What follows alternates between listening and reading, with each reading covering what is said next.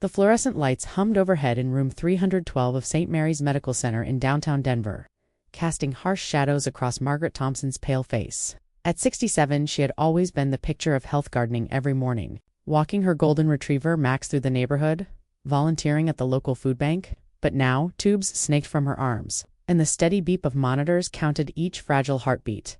It had started with chest pains during her Tuesday morning routine. One moment she was pruning her prize-winning roses. The next she was clutching her chest, gasping for air as her neighbor, Mrs. Chen, called 911. The paramedics arrived within minutes, their sirens wailing through the quiet suburban streets of Lakewood. Acute coronary syndrome, Dr. Williams had explained, his gentle voice cutting through Margaret's fog of medication. We caught it early, but you'll need to stay for observation. Heart events at your age require careful monitoring. Margaret nodded weakly, her silver hair spread across the hospital pillow like spun moonlight.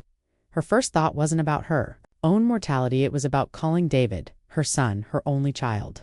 Her pride and joy for 32 years. The phone rang 5 times before going to voicemail. David, sweetheart, it's Mom.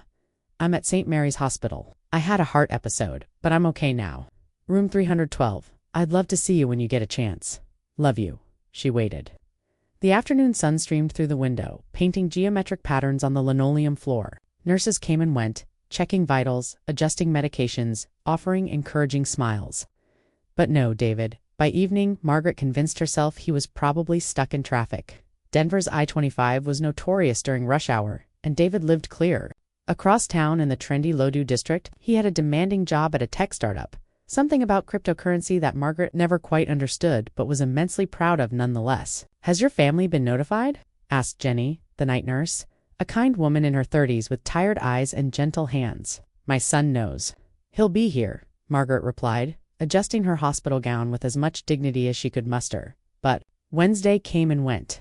Then Thursday, Margaret left 2 more voicemails, each one a little less certain, a little more pleading. David, I'm still here at the hospital. The doctors say I'm improving, but I could really use some company. Call me back, honey. Friday afternoon brought Mrs. Chen, clutching a bouquet of daisies from Margaret's own garden. How are you feeling, dear? She asked, settling into the uncomfortable visitor's chair with the practiced ease of someone who had spent time in hospitals before. Much better, thank you. David should be here any minute, Margaret lied smoothly, glancing at the door for the 100th time that day. Mrs. Chen's expression softened with understanding. At 72, she had raised 3 children and buried a husband. She recognized the particular pain of a mother's disappointed expectations. Men handle these things differently, Margaret. He's probably just scared. But Margaret knew fear. She had felt it when David was born 6 weeks premature, spending his first month in the NICU. She had felt it during his rebellious teenage years, when he stayed out all night without calling. She had felt it when he moved across the country for college and came back a stranger with expensive tastes and little time for family dinners. This wasn't fear. This was something else entirely. Saturday brought Father Miguel from St. Catherine's, where Margaret had attended Mass every Sunday for the past 15 years. A small man with kind eyes and calloused hands from his youth as a carpenter, he sat beside her bed and offered communion. Your son? He asked gently, noticing the empty chair and untouched visitor's log. Margaret's throat tightened. He's very busy with work. Father Miguel nodded knowingly. Sometimes the people we love most are the hardest to reach. But God sees all our struggles, Margaret. He sees yours, and he sees David's too. Sunday came with a parade of visitors that both warmed Margaret's heart and highlighted the glaring absence. Her book club arrived en masse, led by Dorothy Martinez, a retired teacher who commanded attention even in whispered hospital tones. They brought homemade soup, gossip from the neighborhood, and enough energy to make the sterile room feel almost festive. That boy of yours is missing out, Dorothy declared, arranging flowers in a mason jar she'd brought from home. You raised him better than this, Margaret. Margaret forced a smile. He's just busy. You know how it is with young people these days, but even as she said it, the words tasted bitter. David wasn't that young anymore. At 32, he owned a condo downtown, drove a BMW, and posted pictures on social media of expensive dinners and weekend trips to Aspen. Margaret knew because she followed his Instagram religiously, liking every photo, commenting with heart emojis that went unnacked. KNOWLED. Monday brought the reality that hurt most of all. Margaret was being discharged. Dr. Williams reviewed her medication schedule, dietary restrictions, and follow-up appointments with the efficiency of someone who had delivered this speech hundreds of times. You'll need someone to drive you home. "And stay with you for at least the first few days," he explained, clipboard in hand. "Heart events can be unpredictable, and you shouldn't be alone." Margaret's stomach dropped. She looked at the phone on her bedside table, silent and accusatory. She had called David 6 times over the past week. 6 calls, 6 voicemails, 0 responses. "My neighbor can help," she said quietly, thinking of Mrs. Chen's offer the day before. As Jenny helped Margaret gather her belongings, the flowers now wilting, the get-well cards from people who cared enough to visit, something hardened in Margaret's chest. Not her heart this time, but something deeper. Something that had been growing with each unanswered call, each empty hour, each well-meaning visitor who asked about David with increasing concern. Mrs. Chen arrived promptly at 10 a.m., her ancient Honda Civic idling in the hospital pickup zone. She helped Margaret into the passenger seat with the careful attention of someone who understood fragility, both physical and emotional. "He still hasn't called?" Mrs. Chen asked gently as they pulled into Denver traffic.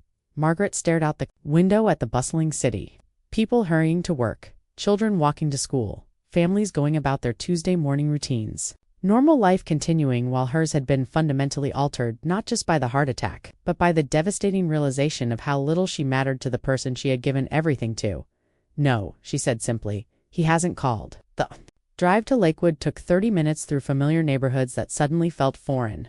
When they pulled into Margaret's driveway, she stared at her small ranch house with its neat flower beds and freshly painted shutters. This was the house where David had learned to walk, where she had bandaged his scraped knees, where she had helped him with homework and driven him to soccer practice and celebrated every birthday and graduation. This was the house she had been saving to leave to him as Mrs. Chen helped her up the front steps. Margaret made a decision that would change everything. She would not call David again. She would not beg for his attention or make excuses for his absence. She had spent a week in the hospital learning exactly where she stood in her son's priorities, and the lesson was crystal clear. But she wasn't powerless. "Not yet, Mrs. Chen," she said, pausing at her front door, key in hand. "Tomorrow morning. Could you give me a ride somewhere? I need to visit the courthouse." Tuesday morning dawned crisp and clear in Lakewood, the kind of Colorado day that made the Rocky Mountains look close enough to touch. Margaret sat at her kitchen table, methodically organizing the documents she would need. Birth certificate, social security card, deed to the house, bank statements, and her current will, a document she had updated 3 years ago with such hope and love. She remembered that day vividly. David had just gotten his promotion at the startup, and Margaret had been so proud. She had driven to her attorney's office with a spring in her step, eager to ensure that everything she had worked for would go to her beloved son.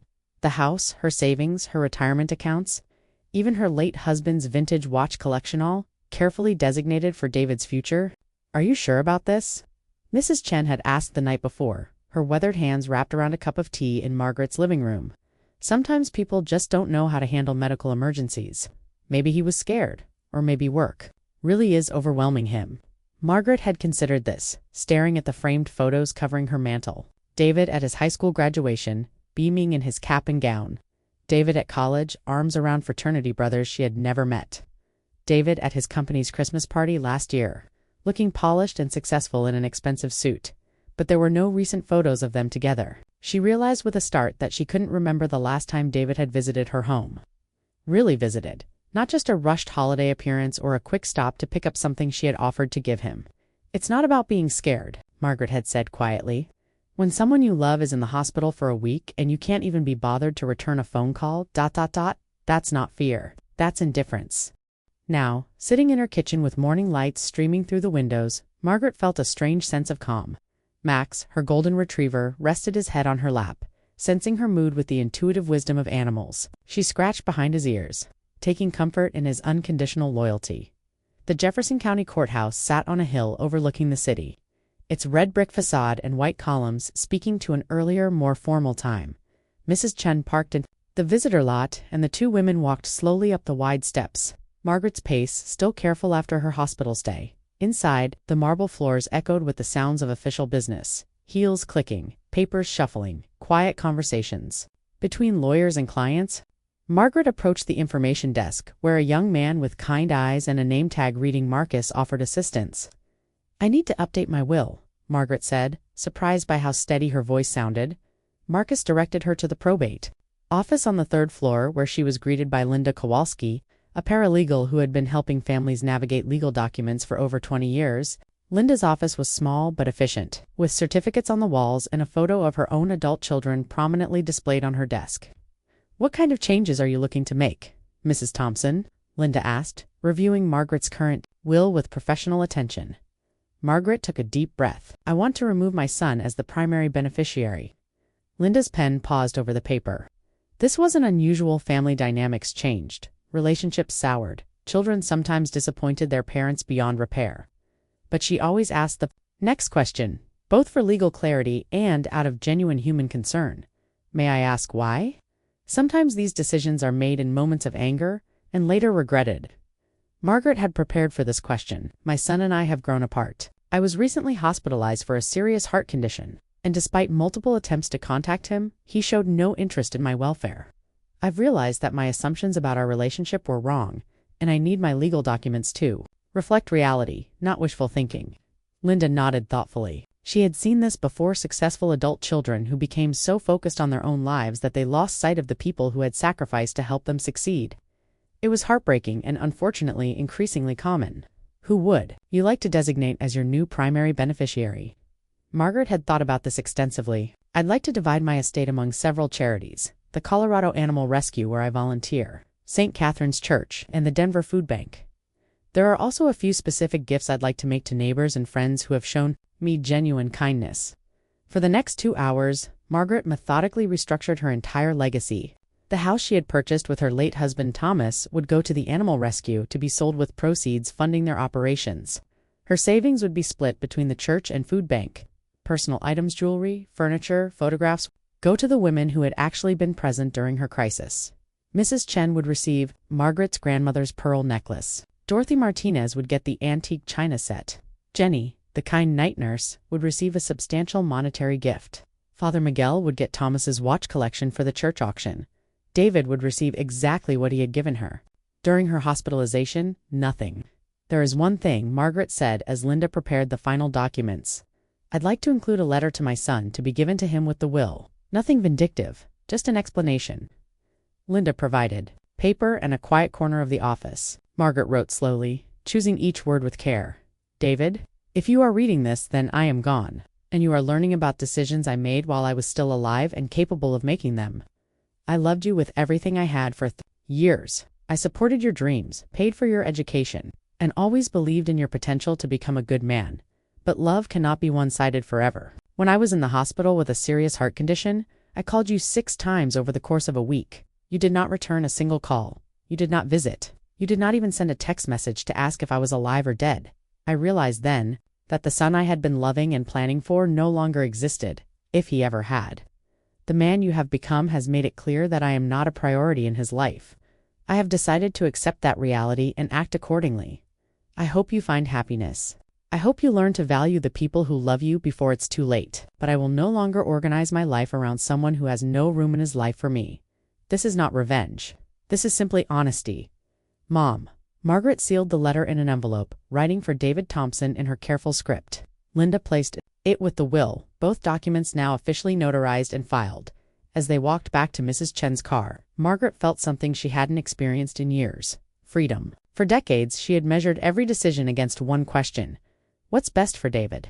Where to live? How to spend money? How to use her time? Everything had been filtered through her desire to provide for her son's future. Now, for the first time since becoming a mother, she was free to live for herself. "How do you feel?" Mrs. Chen asked as they drove home through the familiar streets of Lakewood.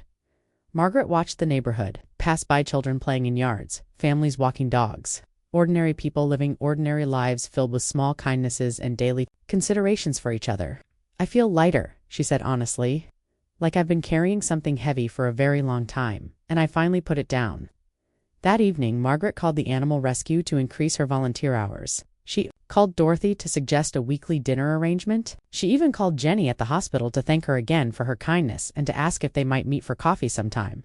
For the first time in a week, her phone rang with people actually wanting to talk to her, people who valued her presence in their lives. The difference was remarkable and telling. She did not call David. She did not even think about calling David.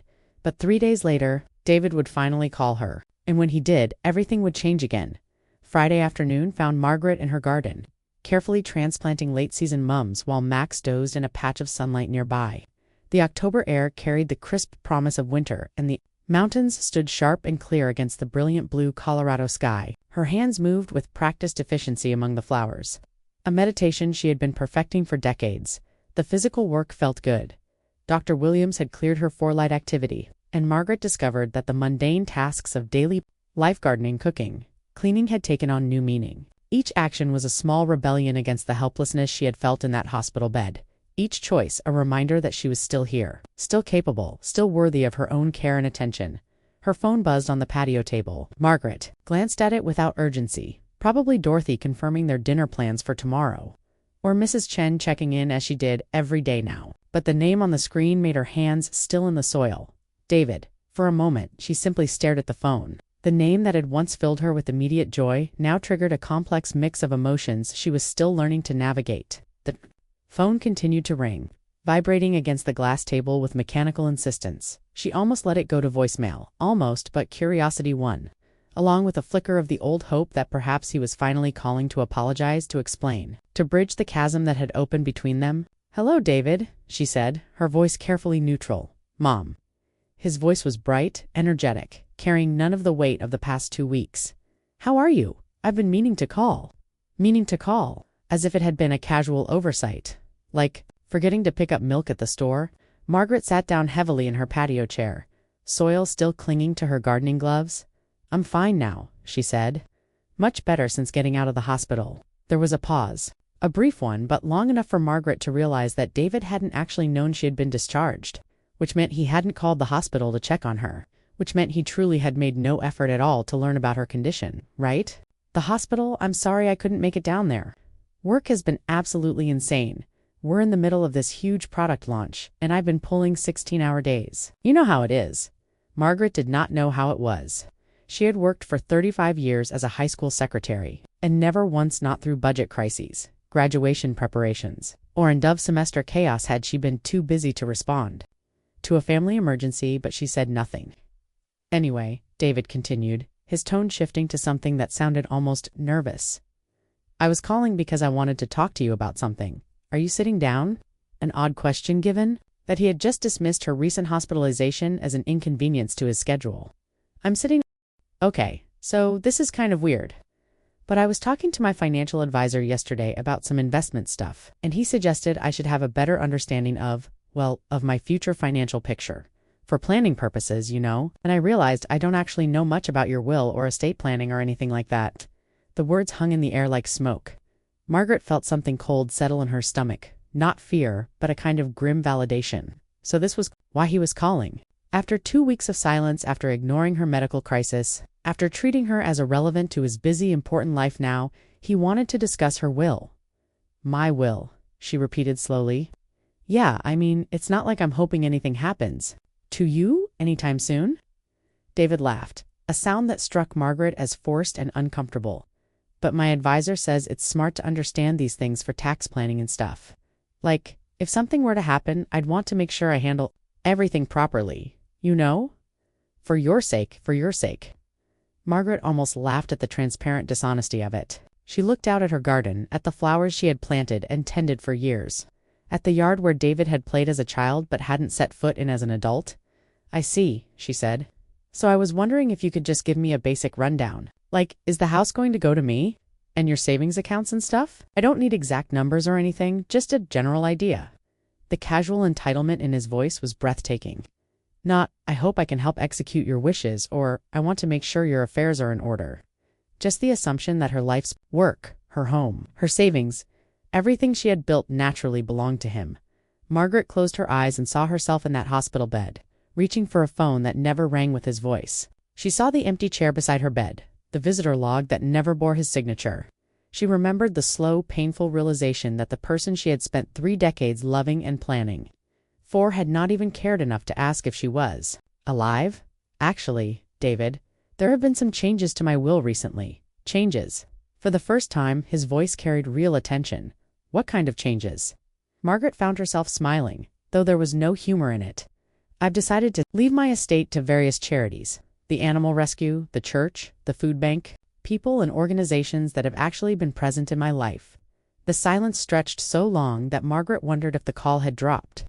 Then David's voice returned, but it was different, now sharp, focused, with an edge of panic that had been completely absent when discussing her health. Wait, what? Mom, you can't be serious. What about me? What about you, David?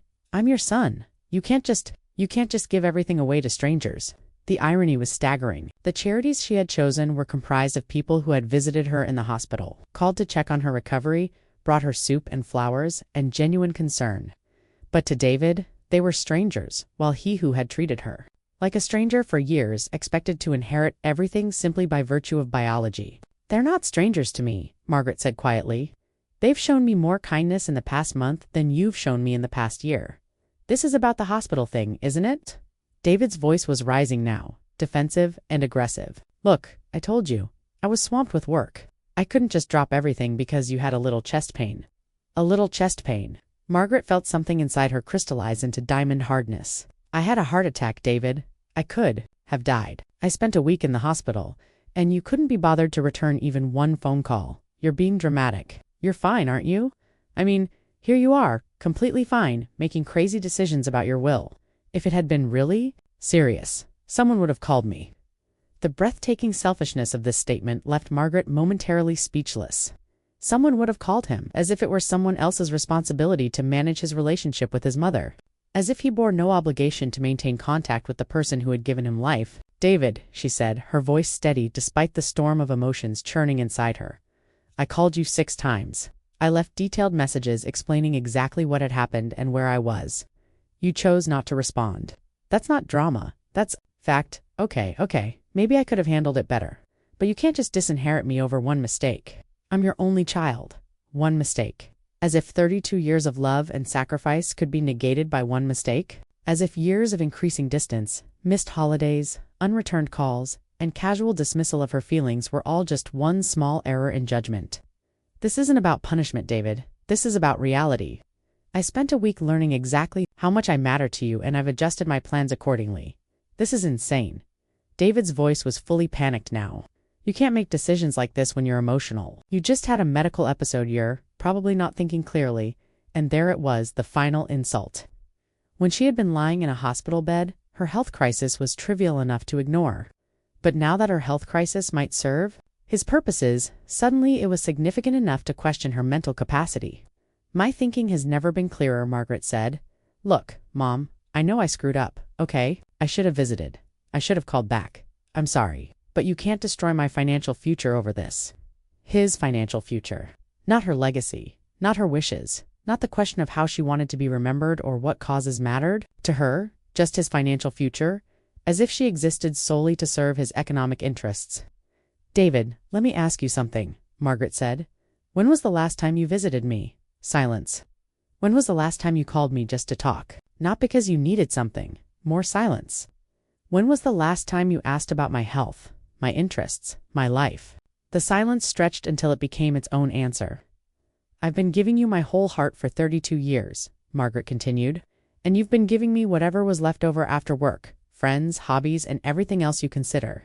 More important, I'm 67 years old. David, I don't have time to keep loving someone who can't love me back. I do love you. The words came out desperate, panicked. I'm busy, and I thought you understood that. I thought you knew I loved you without having to constantly prove it. Love isn't something you feel, David, it's something you do, and what you've done is show me exactly where I rank in your priorities. Margaret heard the sound of traffic in the background, realized David was probably in his car, maybe pulling over to have this conversation. The thought crossed her mind that this might be the longest conversation they had had in years, and it was only happening because his inheritance was at stake. Please don't do this, David said, and for the first time his voice carried something. That sounded like genuine emotion. I know I've been a bad son. I know I hurt you, but I can change. Give me a chance to make this right. Margaret looked at her garden, at the mums she had been planting for a future she might not see. She thought about Mrs. Chen's daily check-ins, about Dorothy's dinner invitations, about Jenny's concerned follow-up calls. She thought about Father Miguel's visits and the volunteers at the animal rescue who greeted her with genuine joy.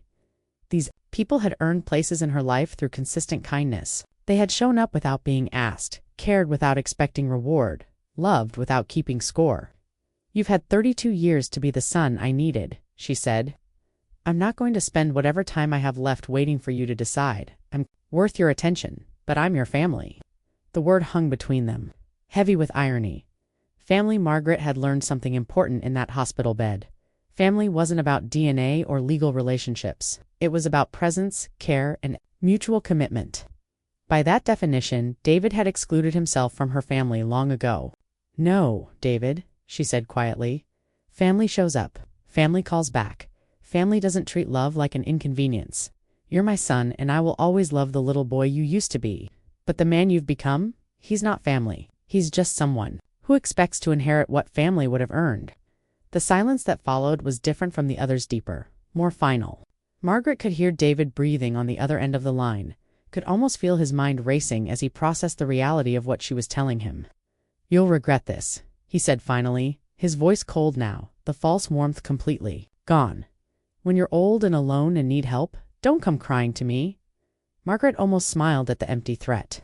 She was already old, and she had been alone in every way that mattered for years. As for needing help, well, she had learned who would actually provide it, and it wasn't David. I won't, she said simply. Goodbye, David. She hung up before he could respond, before he could launch into another round of arguments or threats or manipulative promises to change. She sat in her garden for a long time after the call ended, watching the sun sink lower toward the mountains. Feeling Max's warm weight against her legs, her phone rang again 5 minutes later. David. She let it go to voicemail. It rang again 10 minutes after that, and again 20 minutes later. Margaret deleted each voicemail without listening to them. She had heard everything she needed to hear. That evening she called her attorney to confirm that her will was properly filed and could not be contested. Then she called Mrs. Chen to accept her invitation for Sunday dinner. Finally, she called the animal rescue to schedule additional volunteer hours for the first time in weeks. She went to bed feeling at peace. She had chosen her family, and her family had chosen her back.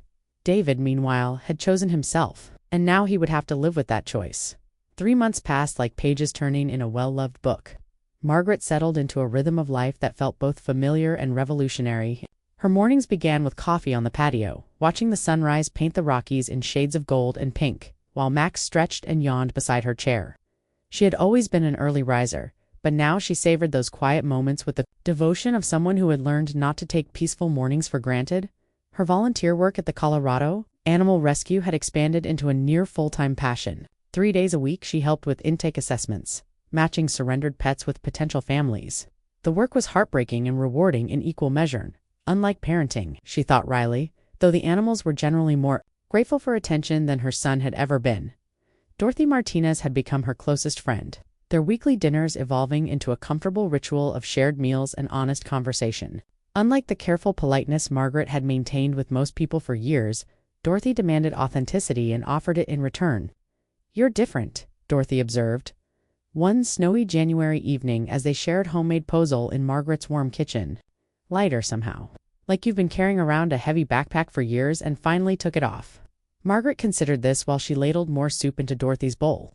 I think I spent so many years trying to be the mother David needed that I forgot to be the person I actually am. And what kind of person is that? It was a question Margaret had been exploring for months. Someone who values kindness over blood relation?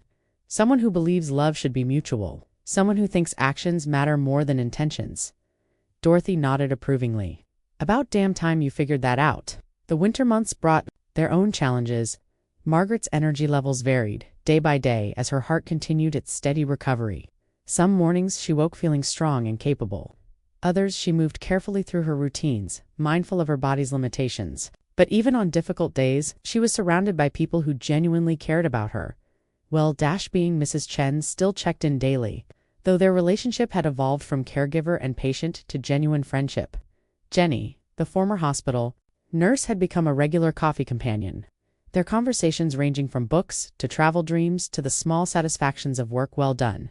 Father Miguel included Margaret in his informal network of parishioners who looked out for each other, creating a web of mutual support that felt more like family than any blood relationship Margaret had ever known. David called twice during those 3 months. Both times, Margaret let the calls go to voicemail. Both times, she deleted the messages without listening to them. She felt no curiosity about what he might have to say. No tug of the old maternal anxiety that had once made his silence unbearable. The cord between them hadn't been cut so much as it had withered from neglect, and she found herself stepping over its remains.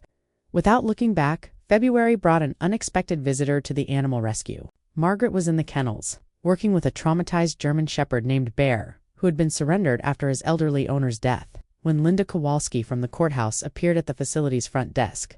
Margaret Thompson. Linda asked when the volunteer coordinator summoned Margaret from the kennels. "I'm sorry to bother you at work, but I wanted to speak with you about your will."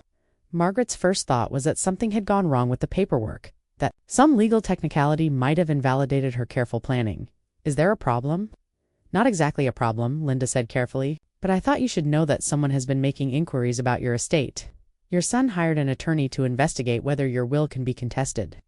Margaret felt a flicker of something not quite surprise, but a kind of tired recognition. Of course, David had hired a lawyer. Of course he was trying to find a way around her decision.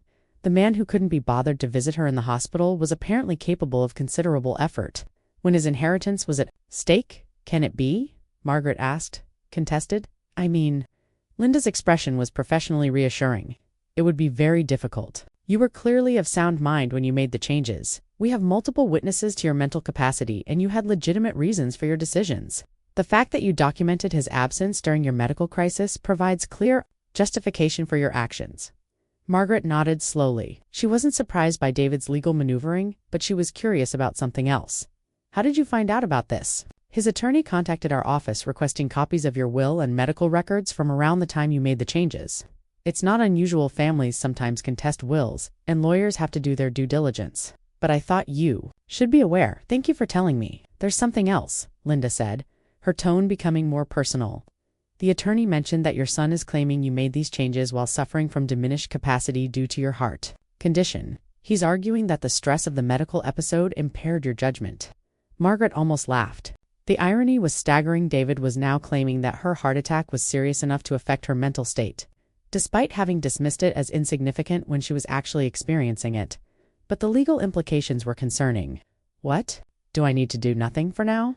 But if he does formally contest the will, you might want to consider documenting your current mental state more thoroughly. Letters from your doctors, perhaps, or testimony from people who interact with you regularly and can attest to your cognitive abilities." That evening, Margaret called Dr. Williams to request a complete cognitive assessment. She called Father Miguel to ask if he would be willing to provide written testimony about her mental state. She even called Jenny to ask about medical documentation of her psychological condition during her hospital stay. But as she made these calls, Margaret realized something important. She wasn't afraid of David's legal challenge. She was simply tired of it. The call came on a Tuesday morning in early March. Margaret was repotting herbs on her kitchen counter when her phone rang, and this time she didn't recognize the number, thinking it might be the veterinarian calling. "About Bear's upcoming surgery," she answered without hesitation. "Mrs. Thompson, this is James Morrison, attorney for David Thompson. I represent your son in matters regarding your estate planning." Margaret set down her trowel and wiped her hands. On a dish towel? So it was happening.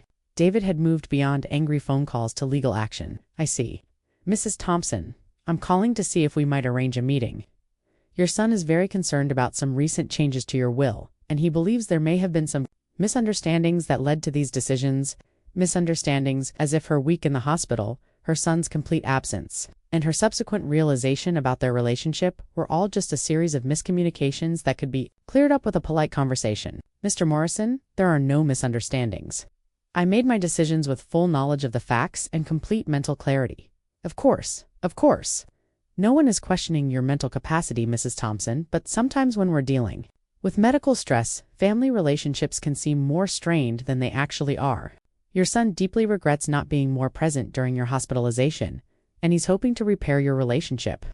Margaret looked out her kitchen window at her garden, where the first green shoots of spring were pushing through the last patches of snow, new growth after a long, cold season. She felt a kinship with those brave little plants. "Mr. Morrison, my son had 3 months to repair our relationship. Instead, he hired you. I think that tells us everything we need to know about his priorities, Mrs. Thompson. I understand you're hurt, but completely disinheriting your only child is a drastic step. Perhaps we could discuss some middle ground. Your son isn't asking for everything, just some recognition that he is, after all, your family." There was that word again, family. Margaret had heard it so many times over the past few months, always from people trying to convince her that biology trumped behavior, that genetics mattered more than genuine care. "Mr. Morrison, let me save you some time in billable hours. My son showed me exactly what kind of family he is when I was lying in a hospital bed with a serious heart condition. He didn't call, didn't visit, didn't even send a text message. The only time he's shown any interest in my welfare is when he discovered it might affect his inheritance. That's not family, that's financial opportunism. Mrs. Thompson, I'm not finished. Margaret's voice carried the steel that had served her well during 35 years of managing high school students and administrators. Your client seems to believe that showing up in court is an acceptable substitute for showing up in life. He thinks a lawyer can accomplish what basic human decency could not. He's wrong. The silence on the other end told Margaret that Mr. Morrison was recalibrating his approach. She could almost hear him flipping through his notes, searching for a different angle of attack. Mrs. Thompson, I have to inform you that your son is prepared to contest your will on the grounds of undue influence and diminished capacity. He believes that your medical condition may have impaired your judgment, and that certain individuals may have taken advantage of your vulnerable state to influence your decisions. Undue influence. Margaret shook her head in amazement. The people who had visited her in the hospital brought her soup. Called to check on her recovery, they were now being characterized as manipulative opportunists. Meanwhile, the son, who had ignored her crisis, was positioning himself as her protector. And what individuals would those be? Mr. Morrison. Well, your neighbor Mrs. Chen, for instance. Your son is concerned that she may have overstepped appropriate boundaries during your recovery period. Margaret felt a surge of anger so pure and clean, it was almost refreshing. David was going to attack Mrs. Chen, the woman who had literally saved her life by calling 911, who had driven her to and from the hospital, who had brought her groceries and companionship and genuine care during the most difficult period of her life. Let me be very clear, Mr. Morrison. Mrs. Chen is 72 years old. She has her own family, her own concerns, and absolutely nothing to gain from my estate. She helped me because that's what decent people do. They help their neighbors. If your client thinks kindness is suspicious, that tells you everything you need to know about his character. Mrs. Thompson, please understand that I'm simply conveying my client's concerns. Your client's concerns are noted and dismissed. Is there anything else? We would really prefer to handle this amicably without involving the courts. Perhaps, if you could just consider restoring your son to at least partial inheritance, Mr. Morrison. I'm going to tell you something that might help you advise your client more effectively. I am 67 years old. I survived a heart attack, and I'm living with the knowledge that my time is limited and precious. I will not spend whatever years I have left being manipulated by someone who couldn't spare 5 minutes to call me. When I was fighting for my life, Margaret paused, choosing her next words carefully. Your client seems to believe that he can lawyer his way into a relationship with me, that he can sue his way back into my good graces. But here's what he doesn't understand. I'm not angry with him anymore. Anger requires energy and emotion and some level of ongoing investment in the relationship. I've moved beyond anger into something much more final indifference. Mrs. Thompson, I don't care what he does. Mr. Morrison, he can contest the will. Drag this through court for years, spend every penny he has on legal fees. It won't change the fundamental reality that he chose his priorities long ago, and I wasn't among them. The courts might eventually force me to leave him money, but they can't force me to love someone who has made it clear that my love is worthless. To him, the conversation ended shortly after that, with Mr. Morrison promising to convey Margaret's position to his client. Margaret hung up, feeling strangely energized. For months, she had been dreading this confrontation, this legal battle. That would drag her private family pain into public court proceedings. But now that it was here, she found herself almost looking forward to it. Let David contest the will. Let him spend his money on lawyers and court fees. Let him explain to a judge why he couldn't be bothered to visit his mother in the hospital, but expected to inherit her life savings. Margaret had documentation, witnesses, and most importantly, the moral clarity that came from knowing she had done everything possible to maintain their relationship, and he had chosen to reject it that afternoon. She drove to the animal rescue. For her regular volunteer shift, Bear, the German Shepherd, had made remarkable progress under the care of the veterinary staff and volunteers. He still flinched when strangers approached too quickly, still carried the wariness of an animal who had been abandoned when he needed care most, but he had learned to trust again, slowly and carefully, accepting affection from people who proved themselves through consistent kindness. Margaret saw herself in Bear's cautious progress. She, too, had been abandoned when she needed care most. She, too, had learned to be wary of people who claimed to love her but disappeared when love required effort. But unlike Bear, she wasn't looking to trust the same person again. She had found new pack, new family, new reasons to wag her metaphorical tail. As she worked with Bear in the exercise yard, throwing tennis balls and offering treats, Margaret reflected on the morning's conversation with David's lawyer. The legal battle would be unpleasant, expensive, and emotionally draining. But it would also be finite. Courts moved slowly, but they moved forward, and eventually there would be a resolution. More importantly, the legal challenge had clarified something for Margaret. She had worried that disinheriting David was too harsh, too final, too cruel. But his response to her decision had validated every choice she had made. Instead of using the past 3 months to rebuild their relationship, he had spent them building a legal case. Instead of calling to apologize, he had called his lawyer. Instead of showing up in her life, he was planning to show up in court. The man who had been too busy to visit his mother in the hospital had somehow found time to hire an attorney and plan a legal strategy. The priorities could not have been clearer. That evening, Margaret called Linda Kowalski to discuss the conversation with David's attorney. Linda listened carefully, taking notes about the specific claims and threats that had been made. "He's fishing," Linda concluded. "The undue influence claim is particularly weak. Mrs. Chen is clearly not a beneficiary under your will, so she had no financial motive to influence your decisions. And the diminished capacity argument is contradicted by all the documentation we have of your mental state both during and after your hospitalization. So you think we'll win?"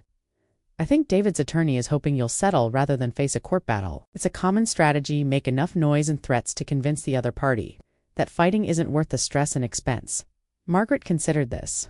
A settlement would mean giving David some portion of her estate, acknowledging his claim to her life's work despite his failure to be present in her life. It would be the path of least resistance, the choice that avoided public conflict and family drama. It would also be a betrayal of everything she had learned about herself over the past few months. "I won't settle," Margaret said firmly. "If David wants to inherit from me, he can prove to a court that he deserves it. He can explain under oath why he never visited me in the hospital. He can justify why he thinks biology entitles him to override my clearly expressed wishes. And he can do it all in front of a judge who will evaluate his claims based on facts, not family guilt." Linda's voice carried a note of respect. "It won't be easy, Margaret. Court proceedings can be brutal, especially in family disputes. David's attorney will probably try to paint you as a bitter, vindictive woman who turned against her loving son in a moment of medical crisis."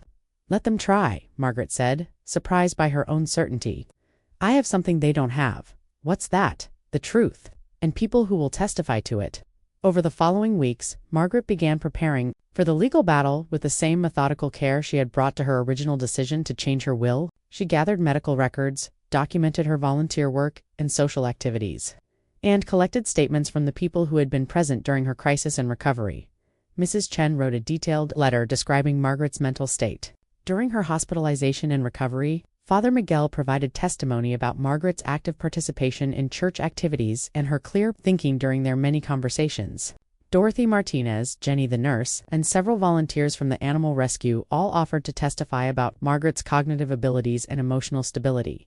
But the most powerful piece of evidence was something Margaret created herself. A detailed journal of her relationship with David over the past 5 years. She had always been a careful record keeper, and her calendars, phone logs, and photo albums told a clear story of a son who had become increasingly distant and self-absorbed. The journal documented missed holidays, unreturned phone calls canceled, visits, and the gradual erosion of meaningful communication. It showed a pattern of behavior that had culminated in David's absence during her medical crisis, not caused it. The hospital stay hadn't created their problems, it had simply illuminated them with painful clarity. As spring turned toward summer, Margaret felt a sense of completion settling over her life. Win or lose in court, she had taken control of her story. She had chosen her family based on their actions rather than their genetics. She had aligned her legal documents with her lived reality, and most importantly, she had learned that real love was not about blood relation or legal obligation. It was about showing up day after day in the small and large moments that make up a life. It was about being present when presence was needed, offering support when support was required, and choosing to prioritize someone else's welfare over your own convenience. David had never learned these lessons, despite having a mother who had demonstrated them for 32 years, but Margaret had finally learned something equally important. She could not love someone into loving her back. She could only control her own choices, her own actions, her own heart, and she chose to give her heart to people who had earned it. Through consistent kindness, reliable presence, and genuine care, the legal battle would play out in courtrooms and legal briefs. But the real victory was already won. Margaret had reclaimed her life, her choices, and her right to be valued by the people she chose to value in return. Whether David ever understood what he had lost was no longer her concern. She had finally learned the difference between being a mother and being a martyr, between loving someone and enabling them, between family and the people who actually act like family. It had taken a heart attack and a week in a hospital bed to teach her these lessons. But at 67, Margaret Thompson had finally learned to put herself first, not out of selfishness, but out of the hard-won wisdom that genuine love requires mutual respect, consistent effort, and the basic decency to show up when showing up matters most. The story would end in court, with lawyers and judges and formal legal proceedings. But the real ending had already been written in the choices each person made when love was tested by crisis. Margaret had chosen to be present. David had chosen to be absent. Mrs. Chen had chosen kindness. Dorothy had chosen friendship. Jenny had chosen compassion. These choices had consequences. Margaret's will was simply the legal documentation of what everyone involved already knew. Family is not about blood. Inheritance is not about entitlement, and real love must be earned through actions, not assumed through genetics. David would learn this lesson eventually, in a courtroom or through the slow accumulation of other failed relationships, but Margaret wouldn't be there to see it. She had finally learned to let go of the child she had raised and accept the man he had chosen to become. And in letting go, she had found the family she had always deserved, a family that chose her back day after day, in all the ways that truly mattered. The roses in her garden bloomed magnificently that summer, tended by hands that had learned the difference between nurturing and enabling, between loving and being used, between being needed and being valued. Margaret Thompson had finally come home to herself, and it was the most beautiful place she had ever lived.